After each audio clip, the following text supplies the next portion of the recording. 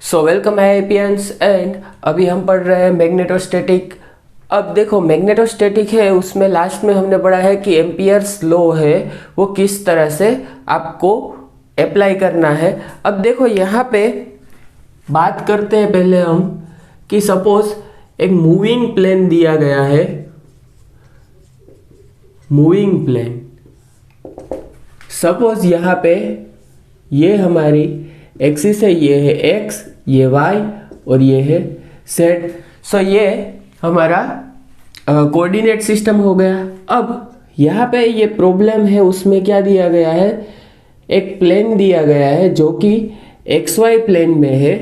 यहाँ पे एक्स है, ये वाई आ गया और मूव कर रहा है वो कौन सी डायरेक्शन में, इस डायरेक्शन में। अब k इक्वल टू के एक्स कैप, मतलब कि ये जो सरफेस चार्ज डेंसिटी है वो एक्स कैप में है। मतलब कि देखो करंट, आप ऐसा भी सोच सकते हैं कि करंट है वो ये प्लेन में पास हो रहा है, या तो ये प्लेन है वो, देखो दोनों चीज एक ही हो रही है। या तो आप है यहाँ पे देखो, सपोज ये बस है, उसमें आप बैठ के जा रहे हो और बस है वो सपोज 20 की स्पीड से जा रही है, या तो आप खुद चल के 20 की स्पीड से जा रहे हो, दोनों चीजें एक ही है। देखो अब यहाँ पे क्या हो रहा है कि जैसे कि मॉल में होता है कि यहाँ पे जो सीढ़ियाँ है आप चढ़ के जा रहे हो, या तो वहाँ पे एस्केलेटर्स में आप सिर्फ खड़े रह के जा रहे हो, वो दोनों एक ही चीज़ है। वैसे ही यहाँ पे एक चार्ज्ड प्लेन है। देखो यहाँ पे एक चार्ज प्लेन है, वो कांस्टेंट v वेलोसिटी से मूव कर रहा है, तो इसका मतलब है कि ये करंट ही हमारा मिल रहा है, बेसिकली ये करंट ही है। तो यहाँ पे अगर आपको मूविंग प्लेन बोला जाए या तो current passing through the plane ये बोला जाए, ये दोनों एक ही चीज है। अब इस केस में हम करंट किस तरह से फाइंड करेंगे, तो देखो सपोज यहाँ पे प्लेन है, उसको हमने ट्रांसवर्स सोच लिया, तो अब हमें क्या करना होगा। देखो अगर आपने यहाँ पे सर्कल ले लिया, सर्कल ले लिया आपने, तो यहाँ पे कभी भी आप देखो ये प्लेन है, उसको सर्कल में आपने रखा तो कभी भी वो इक्विडिस्टेंस नहीं होगा।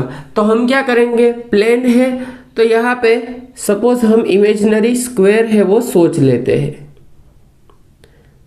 यहाँ पे imaginary square A B C D सोच लेते हैं। तो ए बी सी डी ये जो स्क्वायर है वो इक्वी डिस्टेंस है, मतलब कि यहाँ पे से भी डिस्टेंस जो है वो सपोज डी है और यहाँ से भी डिस्टेंस है वो डी है।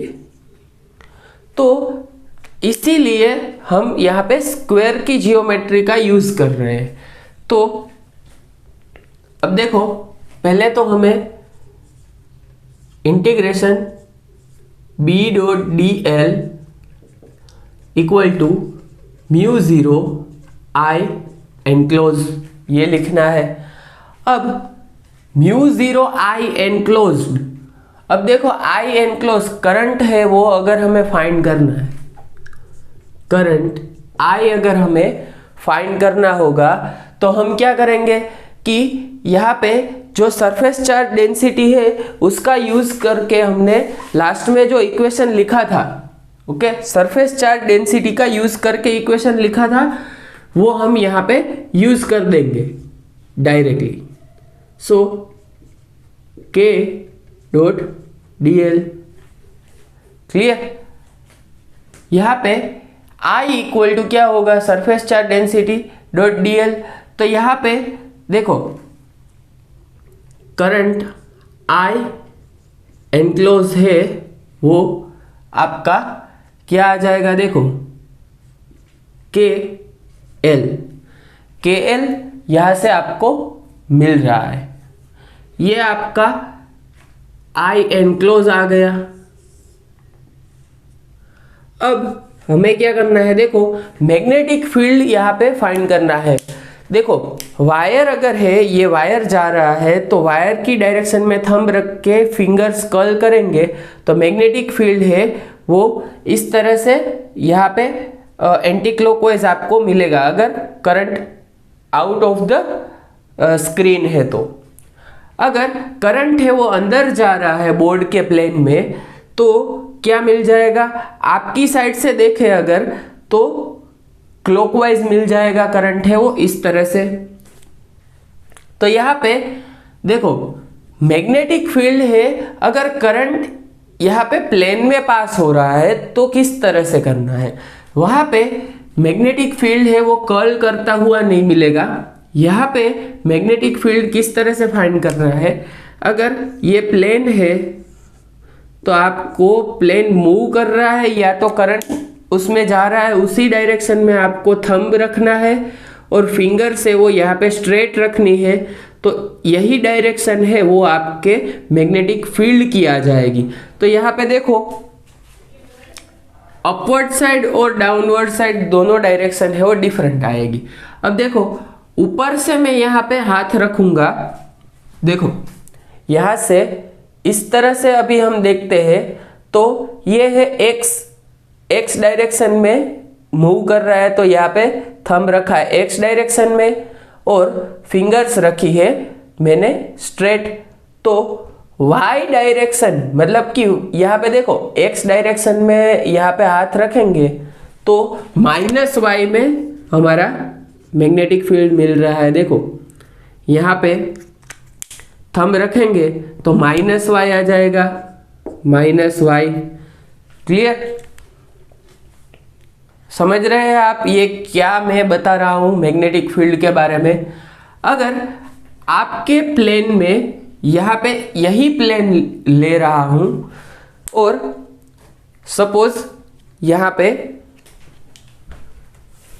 देखो ये है बुक, अब यही बुक है उसमें मैं अपवर्ड साइड हाथ रख के मैं मैग्नेटिक फील्ड फाइंड कर रहा हूं तो मुझे मिल रहा है इस डायरेक्शन में करंट जा रहा है यहाँ पे एक्स में, तो यहाँ पे माइनस वाई में हमें मिल रहा है, मतलब कि यहाँ पे माइनस वाई में मिल रहा है। अगर यही करंट यही बुक है उसको सेम डायरेक्शन में रखता हूँ, करंट भी इसी डायरेक्शन में जा रहा है तो अपवर्ड साइड फील्ड यहाँ पे मिल रहा था तो लोअर साइड मतलब कि प्लेन के बिलो जाएंगे जैसे ही हम तो वो डायरेक्शन 180 डिग्री से चेंज हो जाएगा। क्लियर, इस तरह से यहाँ पे जा रहा है और यहाँ पे करंट है वो इस डायरेक्शन में जा रहा है। क्लियर, तो यहाँ पे देखो अगर प्लेन के ऊपर बात करें तो करंट की डायरेक्शन तो सेम है लेकिन मैग्नेटिक फील्ड है वो इस डायरेक्शन में जा रहा होगा मैग्नेटिक फील्ड।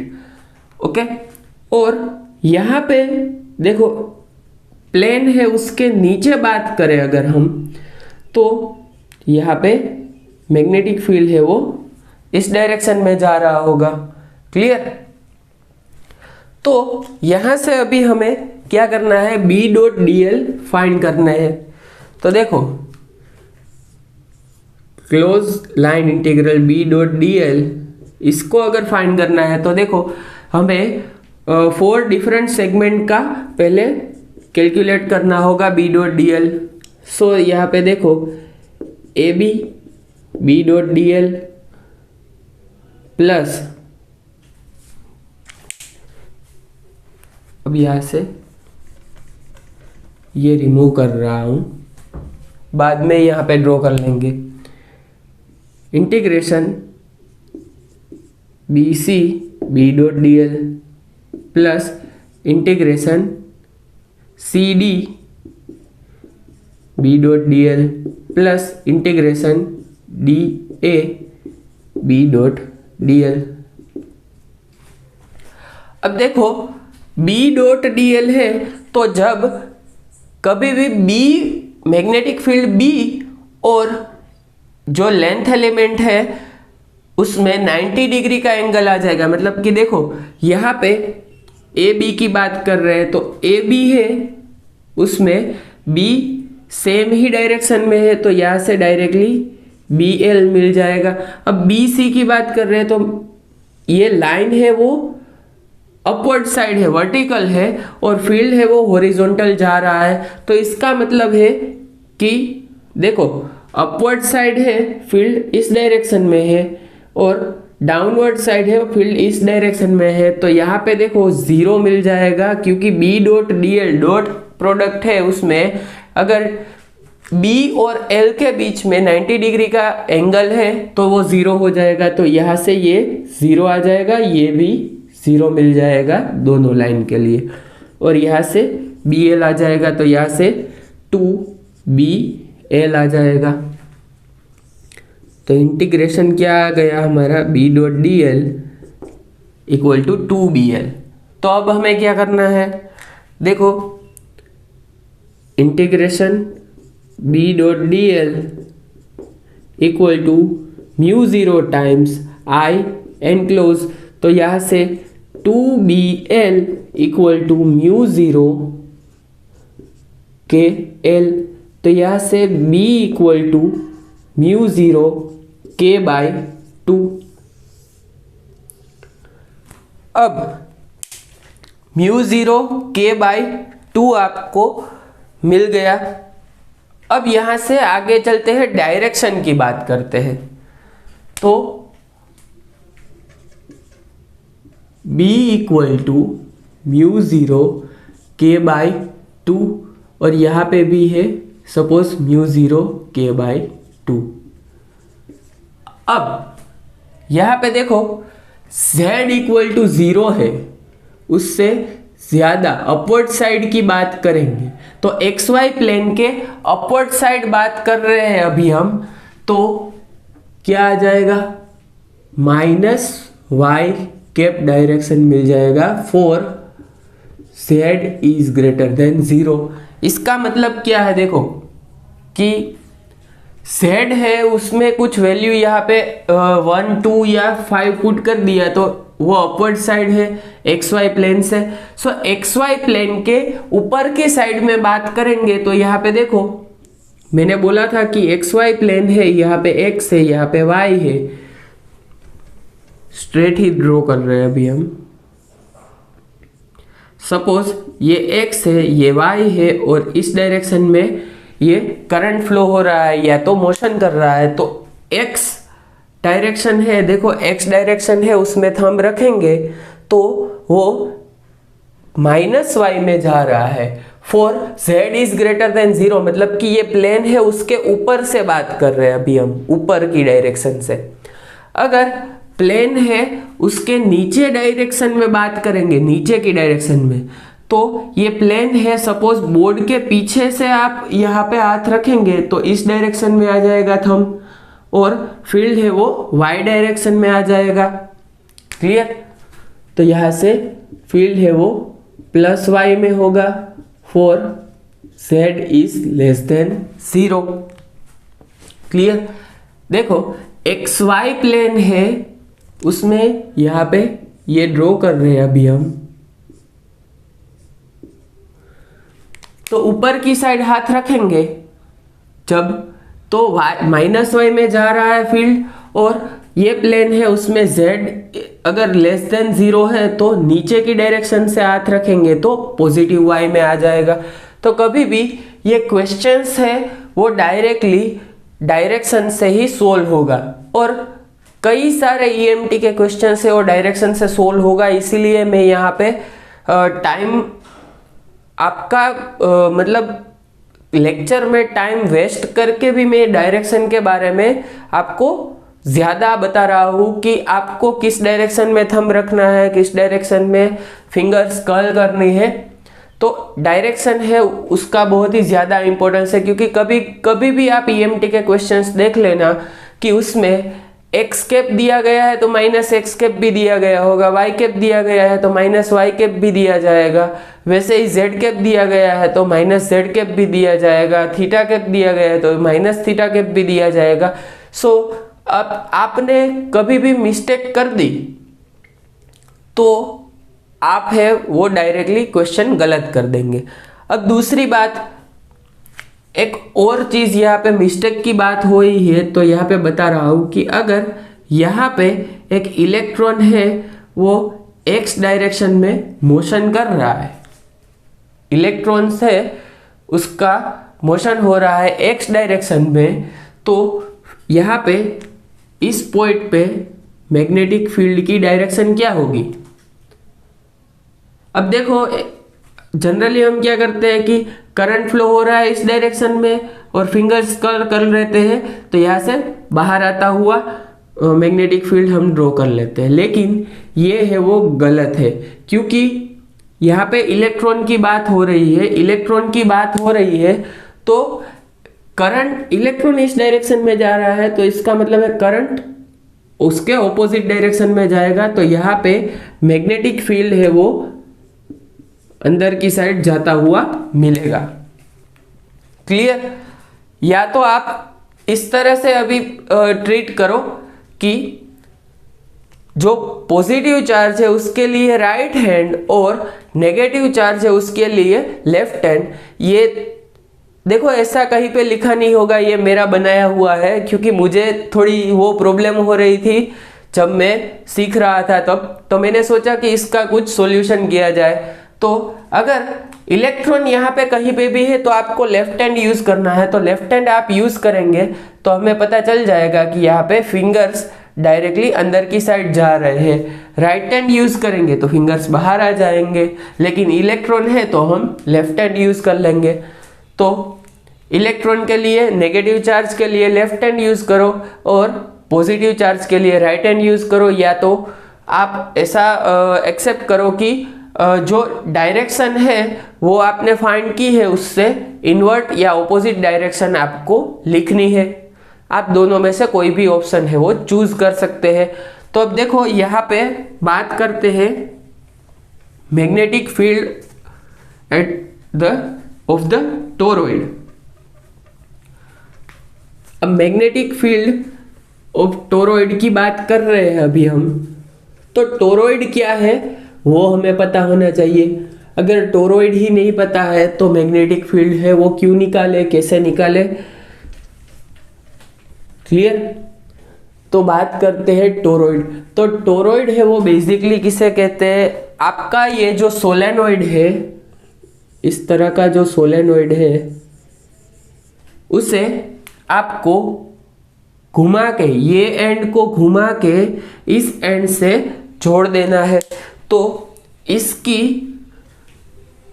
जियोमेट्री किस तरह से बन जाएगी, देखो ये है वो एन्युलर शेप बन जाएगा।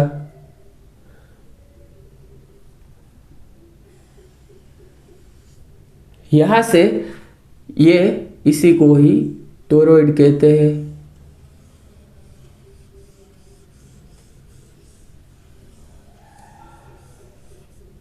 क्लियर?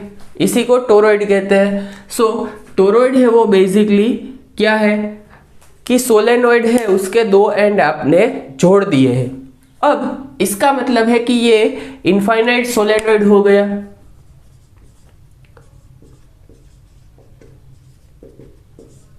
अब सोलेनॉइड के लिए मैग्नेटिक फील्ड है वो इनसाइड क्या था, B inside the solenoid mu 0 n I. Clear? B inside था म्यू 0 एन आई। अब यहां पे देखो सोलेनॉइड के लिए बी इनसाइड था म्यू 0 एन आई बराबर, और यहां पे इनफाइनाइट सोलेनॉइड ही है तो यहां पे मैग्नेटिक फील्ड तो म्यू 0 एन आई ही आएगा। जो इनफाइनाइट सोलेनॉइड की बात करेंगे तो B तो म्यू 0 एन आई आएगा, लेकिन अब यहाँ पे integration B dot d l use करेंगे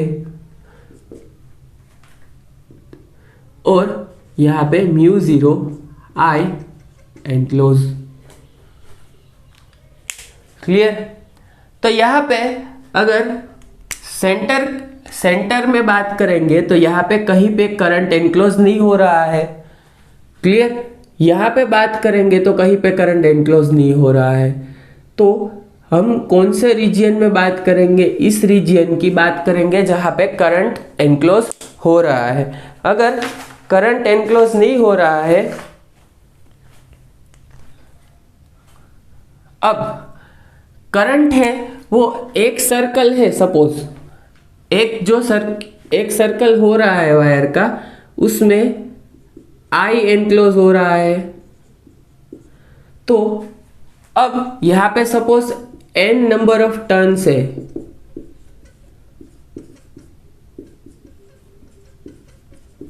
तो n नंबर ऑफ टर्न्स है तो यहां पे क्या आ जाएगा? n, इतना आपको मैग्नेटिक फील्ड मिलेगा। तो यहां पे देखो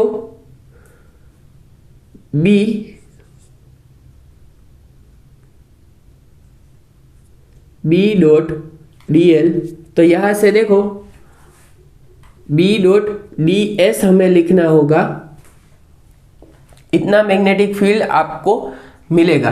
तो यहाँ पे जो एरिया है इसका वो कैलकुलेट करेंगे तो क्या आ जाएगा? 2 pi s, s is the distance, तो यहाँ से mu zero n I by, यहाँ से 2 पाई एस है वो यहाँ पे लिख दो 2 पाई एस। क्लियर?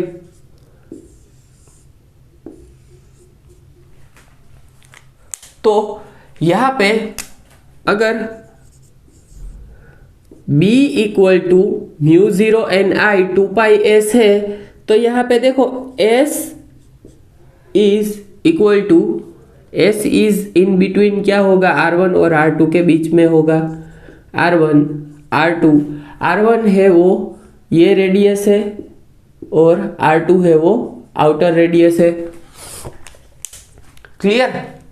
तो यहाँ पे मैग्नेटिक फील्ड ऑफ टोरॉइड की बात कर ली है। देखो ये एग्जामिनेशन में डायरेक्ट पूछा जाता है, तो मैं यहाँ पे आपको डायरेक्टली लिखवा देता तो भी कुछ ऐसा उसमें अंडरस्टैंडिंग वाला पोर्शन नहीं है। तो आप ये सभी चीज़ें हैं वो भूल जाओ, आप डायरेक्टली यही याद रखो कि ये है टोरॉइड का मैग्नेटिक फील्ड। अब यहाँ से आगे बात करते हैं कि अगर टोरॉइड है उसमें कोई मीडियम फील किया गया है। क्लियर? टोरॉइड है उसमें कोई मीडियम फील किया गया है, तो यहाँ पे म्यू जीरो है वो एयर की परमिएबिलिटी है, तो यहाँ पे mu n I by 2 pi s आ जाएगा। तो mu n I by 2 pi s आ गया, तो इसका मतलब है mu zero mu r n I by 2 pi s आ जाएगा। क्लियर? तो ये भी आपको याद रखना है directly, B equal to mu zero mu r n I by 2 pi s. तो ये हो गई टोरॉइड का मैग्नेटिक फील्ड और उसकी बात। अब यहाँ से चलते हैं हम आगे और देखो ओके, एक और चीज यहाँ पे मैं बताना भूल गया कि ये जो टोरॉइड हमने ड्रॉ किया था, तो ये जो टोरॉइड ड्रॉ किया था उसमें यहाँ पे देखो डायरेक्शन की बात करें तो B है उसकी डायरेक्शन कौन सी होगी? यहाँ पे जो मैग्नेटिक फील्ड का फॉर्मूला था वो लिख देना। तो उसकी डायरेक्शन कौन सी होगी? देखो अगर आपका सोलेनोइड है तो ये सोलेनोइड है, ये जो सोलेनोइड है आपका उसमें डायरेक्शन कौन सी थी? यहाँ पे ये सपोज वाइंडिंग है तो उसमें अपवर्ड या तो डाउनवर्ड डायरेक्शन आती थी। तो यहाँ पे क्या डायरेक्शन है? सपोज करंट इस डायरेक्शन में घूम रहा है तो अपवर्ड डायरेक्शन में करंट जाएगा, सिलिंड्रिकल कोऑर्डिनेट। अब यहाँ पे सिलिंड्रिकल कोऑर्डिनेट की जगह पे हम क्या यूज करेंगे, प्लेन पोलर कोऑर्डिनेट यूज कर लेते हैं। तो यहाँ पे सभी जगह पे देखो, यहाँ पे इस डायरेक्शन में करंट जा रहा होगा, तो मैग्नेटिक फील्ड की डायरेक्शन सभी जगह पे यही होगी, इसी डायरेक्शन में मैग्नेटिक फील्ड आपको मिलेगा। तो इसका मतलब है ये है वो थीटा कैप में मिलेगा। क्लियर, थीटा कैप डायरेक्शन में मैग्नेटिक फील्ड मिलेगा। क्लियर, अगर आप सिलिंड्रिकल कोऑर्डिनेट का यूज कर रहे हैं अभी हम, तो सिलिंड्रिकल कोऑर्डिनेट का यूज करेंगे तो फाई कैप डायरेक्शन में मिल जाएगा।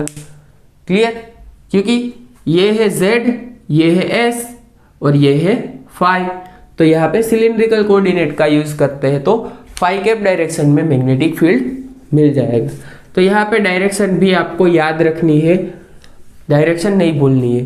तो अब हम चलते हैं कि मैग्नेटिक वेक्टर पोटेंशियल किसे कहते हैं, और उससे भी आगे चलते हैं कि अगर इससे पहले हम देख लेते हैं कि सपोज आपको एग्जामिनेशन में एक टाइप के क्वेश्चंस पूछे जाते हैं कि रोटेटिंग सिलेंडर है, या तो रोटेटिंग डिस्क है, या तो रोटेटिंग सर्कुलर लूप है, तो उसे किस तरह से आपको ट्रीट करना है।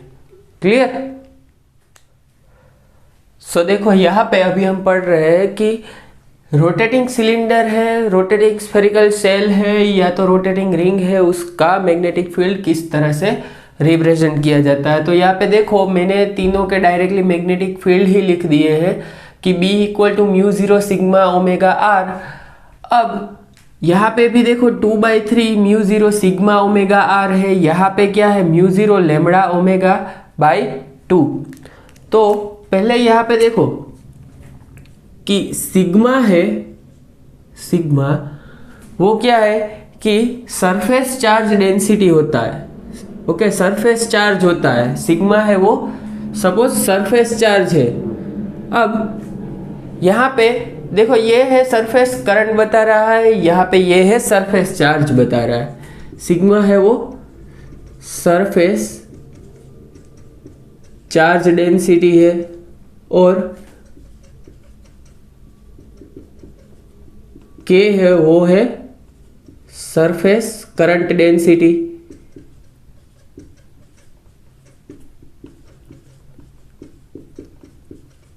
अब मैं एक यहाँ पे बात बता रहा हूं कि यहाँ पे सपोज एक रिंग है, डिस्क है, ये डिस्क है वो ड्रॉ की मैंने। अब ये डिस्क है, उसमें करंट है वो फ्लो हो रहा है, इस तरह से सोचते हैं। या तो ये डिस्क है वो फुल्ली चार्ज्ड है और उसकी जो सरफेस चार्ज डेंसिटी है सिग्मा, अब उसको हम घुमा रहे हैं, रोटेट करवा रहे हैं, तो चार्ज है वो मोशन में आ गया। चार्ज मोशन में आ जाता है तो इसका मतलब क्या होगा कि करंट जनरेट होता है। तो बेसिकली ये करंट सरफेस करंट डेंसिटी है, so K equal to sigma into velocity लिखा जाता है।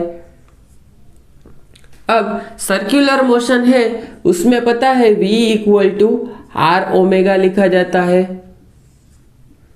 तो यहाँ पे ये ओमेगा आर है वो बेसिकली V को ही रिप्रेजेंट करता है। तो यहाँ पे इसको इस तरह से भी लिखा जाएगा सिग्मा V के V है वो वेलोसिटी होगी कि अब वेलोसिटी को डायरेक्टली एंगुलर वेलोसिटी और रेडियस में हमें रिप्रेजेंट कर दिया है। और उसकी डायरेक्शन क्या होगी, देखो अगर डिस्क है वो इस तरह से घूम रही है तो उसकी डायरेक्शन हो जाएगी z कैप में। क्लियर, तो यहाँ पे अगर स्फेरिकल शेल की बात कर रहे हैं, रोटेटिंग स्फेरिकल शेल की बात करें तो यहाँ पे देखो ये हो गया हमारा स्फेरिकल शेल के, सॉरी यहाँ पे रोटेटिंग सिलेंडर की बात कर रहे हैं अभी हम पहले। तो ये रोटेटिंग सिलेंडर है वो रोटेट कर रहा है, तो इसका मतलब है यहाँ पे भी सेम ही मोशन हो रही है म्यू 0 सिग्मा ओमेगा आर। क्योंकि v स्पीड से ये रोटेट कर रहा है और उसको सरफेस चार्ज है वो सिग्मा दिया गया होगा आपको। तो रोटेटिंग सिलेंडर है उसे क्या कहा जाएगा, देखो रोटेटिंग सिलेंडर, इसी को ही क्या बोलते हैं हम, सोलेनोइड कहेंगे। मतलब दोनों है वो सेम तरह से ट्रीट करेंगे और सेम ही होता है बेसिकली। अब रोटेटिंग स्फेरिकल सेल, मतलब कि अगर यहाँ पे स्फेरिकल सेल है और ये रोटेट कर रहा है तो उसका जो होगा मैग्नेटिक फील्ड, उसमें डायरेक्टली सिर्फ 2/3 ऐड हो जाएगा। और रोटेटिंग रिंग की बात करते हैं तो देखो रिंग है वो सिर्फ रिंग की बात करेंगे तो यहाँ पे लाइन चार्ज डेंसिटी होगी सिग्मा लैम्बडा, इसे कहते हैं लाइन चार्ज। ओके, तो लाइन चार्ज डेंसिटी यहाँ पे लैम्बडा दिया गया होगा। तो यहाँ पे पहले वायर का लूप बनाते हैं, वो चार्ज है, अब उसे घुमाते हैं तो बेसिकली यहाँ पे इस डायरेक्शन में करंट ही फ्लो हो रहा होगा। तो करंट फ्लो हो रहा है तो इसका मतलब क्या होगा, देखो B = μ0। अब सपोज I लिखते हैं हम I/2R, क्लियर। अब μ0 I/2R लिख सकते हैं तो μ0 और I है यहाँ पे, देखो करंट की जगह पे क्या लिखा जाएगा, लैम्बडा V × 2R। अब यहाँ से V की जगह पे ω/r पुट कर देते हैं हम, तो 2R R निकल गया। तो μ0 लैम्बडा ω/2, क्लियर। इसी तरह से मैंने ये आपको शॉर्टली डिराइव कर दिया है।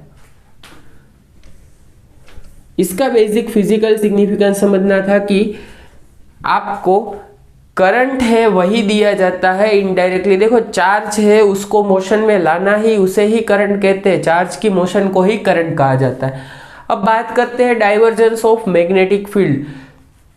अब मैग्नेटिक फील्ड है उसका डाइवर्जेंस लेते हैं तो क्या मिलेगा, देखो डेल डॉट B = 0 होगा। और ये कभी भी ये इक्वेशन है वो गलत नहीं हुआ है आज तक और कभी भी नहीं होगा। और वो क्या शो कर रहा है, नॉन एग्जिस्टेंस ऑफ मोनोपोल। ये जीसेट एग्जामिनेशन में इसकी रिपीटेबिलिटी देख लेना आप, कई बार ये क्वेश्चन पूछा गया है कि which of the following equation shows the non existence of magnetic monopole. तो ये इक्वेशन आ जाएगा डेल डॉट B = 0, क्लियर। ये है वो मैग्नेटिक मोनोपोल है वो एग्जिस्ट नहीं कर रहा है, उसको शो करता है, क्लियर। मतलब कि यहाँ पे देखो, यहाँ पे अगर कोई N है पॉजिटिव तो यहाँ से S इस तरह से फील्ड लाइन से वो जाती ही रहती है। तो कहीं ना कहीं फील्ड लाइंस निकलती है और कहीं ना कहीं एंड होती है, ऐसा नहीं है सिंगल फील्ड लाइन का एग्जिस्टेंस नहीं होता है। तो इसका आप डाइवर्जेंस लेते हैं तो उसका डाइवर्जेंस ऑलवेज 0 आ जाएगा, क्लियर। अब यहाँ से बात करते हैं, अब देखो डाइवर्जेंस 0 आ रहा है तो हमने बोला था कि DC = 0। So divergence of curl of any vector है वो 0 होगा। इसका मतलब क्या होता है, DC 0। ये तो शॉर्ट ट्रिक के लिए मैंने आपको मतलब शॉर्ट में याद रखने के लिए बोला था। डाइवर्जेंस ऑफ एनी वेक्टर मतलब कि divergence of curl of vector = 0 होगा, क्लियर। अब यहां से देखो divergence of curl of vector 0 है तो इसका मतलब है कि डेल डॉट B = 0 है। सो यहाँ पे B = डेल क्रॉस A ये होना चाहिए कुछ। तो B = डेल क्रॉस A अगर हो रहा है तो इसका मतलब है कि यहाँ पे A है वो मैग्नेटिक वेक्टर पोटेंशियल है, ए को बोला जाता है मैग्नेटिक वेक्टर पोटेंशियल। अब ये है वो डिफरेंशियल फॉर्म है। अब इसको सपोज हमें कन्वर्ट करना है इंटीग्रेशन वाले फॉर्म में, तो यहाँ पे दोनों साइड सरफेस इंटीग्रल लेते हैं। So B dot d s और यहाँ से del cross A dot d s, इस तरह से लिख सकते हैं हम। तो यहाँ पे एस और बी डॉट डी एस, अब ये सरफेस है, सरफेस को अगर कॉन्टूर इंटीग्रल में ट्रांसफर करना है तो ए डॉट डी एल आ जाएगा, क्योंकि अगर यहाँ पे सपोज कॉन्टूर इंटीग्रल है ए डॉट डी एल, उसको सरफेस इंटीग्रल में ट्रांसफर करना है तो surface integral del cross A cross लेना होगा। और अगर सरफेस इंटीग्रल है यहाँ पे suppose A dot d l d s, sorry surface integral है, तो यहाँ पे डेल डॉट ए डी तो वॉल्यूम में कन्वर्ट करने के लिए लिखना होगा। इसे गॉस डाइवर्जेंस लॉ कहते हैं और इसे सिर्फ यहाँ पे कंटूर टू सरफेस ट्रांसफर करते हैं तो कर्ल लेना होता है, इसका कोई नाम नहीं है। तो यहाँ पे दोनों चीज़ें मैंने बता दी है। अब यहाँ पे बात करते हैं कि अगर सरफेस में से कंटूर यहाँ पे ट्रांसफर कर दिया तो ये जो है वो इसी का इंटीग्रल फॉर्म है।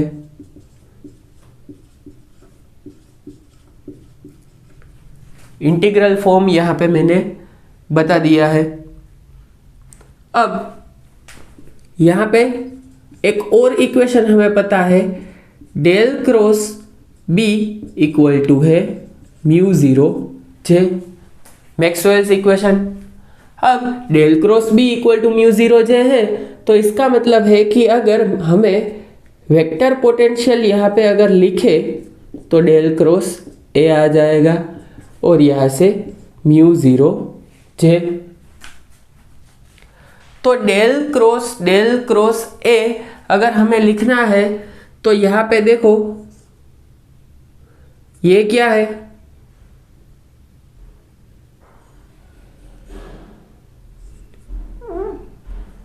यहाँ पे सी सी इक्वल टू, यहाँ पे देखो सी सी इक्वल टू मैंने क्या लिखवाया था, देखो G D equal to C C minus D C C plus D G. Okay, इस तरह का मैंने कुछ इक्वेशन आपको लिखवाया था।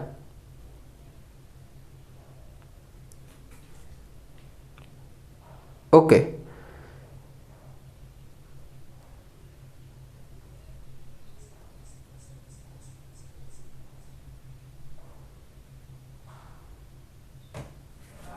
तो देखो यहाँ पे यही इक्वेशन है। So g d minus d g equal to C C.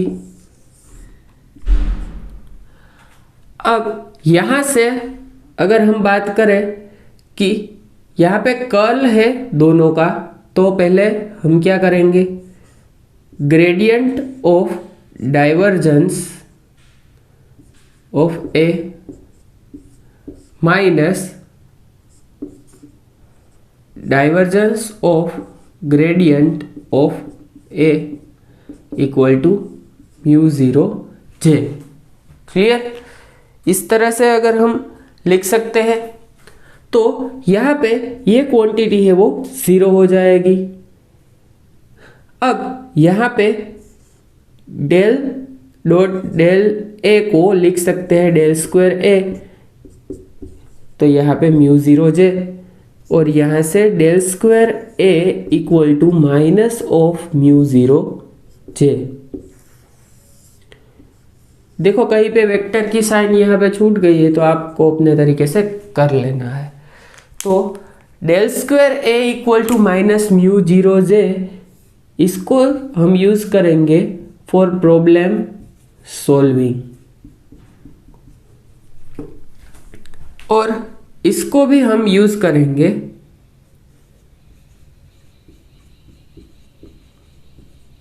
Problem solving के लिए।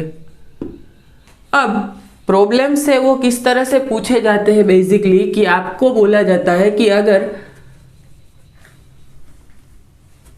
वॉल्यूम करंट डेंसिटी आपको दी गई है J is given and find A। तो पहले एक मेथड क्या है कि आप directly del square A equal to minus of mu zero J कर लो। क्लियर। और सेकंड मेथड क्या है कि पहले आप del cross A equal to B करो और यहां से del cross B equal to mu zero J करो। क्लियर। अब यहां पे देखो, ये आपको ज्यादा इजी लग रहा है, डायरेक्टली लाप्लासियन यहां पे लेना है A का और आपको लाप्लासियन लेना पता है, तो यहां पे ये यूज कर सकते हैं सभी जगह पे। लेकिन कब यूज नहीं करना है, if del square A equal to minus mu zero J gives zero answer, then use second method। अगर ये जीरो आंसर दे रहा है तो सेकंड मेथड से हमें ये यूज करना होगा। ओके, डेल क्रॉस A करके B निकालो, बाद में डेल क्रॉस B करके J निकालो। क्लियर। अगर वेक्टर पोटेंशियल दिया गया है A और J निकालना है तो भी आप फाइंड कर सकते हैं, J दिया गया है और A निकालना है तो भी आप इसी इक्वेशन से फाइंड कर सकते हैं। क्लियर। और ये रिलेशन है वो आपको याद रखने हैं, ये रिलेशन एग्जामिनेशन में बार बार पूछे जा रहे हैं। ये रिलेशन के बेस पे जो प्रॉब्लम्स है वो जीपीएससी में भी पूछा गया था इस बार 2021 की जीपीएससी में, और इसके पहले की जीपीएससी में, जीसेट एग्जामिनेशन में, नेट एग्जामिनेशन में, सभी एग्जामिनेशन में से ये क्वेश्चन है वो पूछे गए हैं। क्लियर। तो देखो ईएमटी है, उसमें बहुत हेवी डोज हम नहीं लेंगे जैसे हम क्वांटम मैकेनिक्स में ले रहे थे। सो इसमें लाइट डोज लेंगे और इसका सिलेबस है वो इजीली खत्म हो जाएगा। इसमें आपको सिर्फ याद ही रखना है सभी चीज़ें, और कभी भी डायरेक्शन है वो नहीं भूलनी है। जैसे मैं यहाँ पे भूल गया हूँ कि डायरेक्शन ऑफ वेक्टर पोटेंशियल क्या होगा, तो यहाँ पे लिखो कि direction of vector potential, direction of vector potential is always in the direction of current। Current की जो डायरेक्शन है वही वेक्टर पोटेंशियल की डायरेक्शन होगी। वेक्टर पोटेंशियल की डायरेक्शन और करंट की डायरेक्शन दोनों सेम ही होगी। तो आपको ये सभी चीजें याद रखनी है, डायरेक्शन कहीं पे भी नहीं भूलना है। किस तरह से आपको राइट एंड ग्रिप रूल है वो यूज करना है। सरफेस अगर आपको दिया गया है, प्लेन दिया गया है, तो अपवर्ड प्लेन या डाउनवर्ड प्लेन, कौन सा मैग्नेटिक फील्ड है, कौन सी डायरेक्शन होगी, वो आपको बेसिकली याद रखना है, ध्यान रखना है। इसीलिए मैं यहाँ पे थोड़ा टाइम लेके आपको यही समझा रहा हूँ कि कौन सी डायरेक्शन का किस तरह से आपको यूज करना है और किस तरह से राइट एंड ग्रिप रूल का यूज करना है। क्लियर। तो डायरेक्शन में से ही आप इजीली क्वेश्चन निकाल सकते हैं। आपको कभी भी नेट गेट के प्रॉब्लम से तो भी आपको डायरेक्शन, अगर आपको डिफरेंट गिवन है प्रॉब्लम्स में, तो आप इजीली डायरेक्शन से ही ऑप्शन चूज कर सकते हैं। तो मिलते हैं हमारे नेक्स्ट वीडियो में, और नेक्स्ट वीडियो में हम पढ़ेंगे कि वेक्टर पोटेंशियल के प्रॉब्लम्स देख लेंगे एक या दो, और उसके बाद देख लेंगे कि हम किस तरह से बाउंड्री कंडीशन अप्लाई कर सकते हैं। देखो बाउंड्री कंडीशन कब अप्लाई होगी यहाँ पे वो भी मैं बता रहा हूँ कि बाउंड्री कंडीशन से वो जब डिसकंटिन्यूटी होती है, कहीं पे बाउंड्री आ जाती है, तो तब यहाँ पे क्या उसका सिग्निफिकेंस होता है, क्या उसका बिहेवियर होता है, मैग्नेटिक फील्ड है, इलेक्ट्रिक फील्ड है, उसका बिहेवियर कैसा होता है, मैग्नेटिक वेक्टर पोटेंशियल का बिहेवियर कैसा होता है, ये हम देखेंगे बाउंड्री कंडीशंस में। तो मैग्नेटोस्टैटिक है, उसमें बहुत ही कम टॉपिक बचे हैं, यहाँ पे मैंने स्पीड से ही पढ़ाया है, क्योंकि अगर मैग्नेटोस्टैटिक या इलेक्ट्रोस्टैटिक में ज़्यादा टाइम वेस्ट करेंगे तो हमारा इंपॉर्टेंट पोर्शन इलेक्ट्रोडायनामिक्स है वो बाकी रह जाएगा, और ईएमटी है उसमें हम जो काम की चीज़ें हैं वही अभी हम कर रहे हैं, उसमें कुछ भी फालतू चीज़ें यहाँ पे नहीं कर रहे हैं। सो मिलते हैं हम नेक्स्ट वीडियो में, तब तक के लिए थैंक यू, गुड बाय।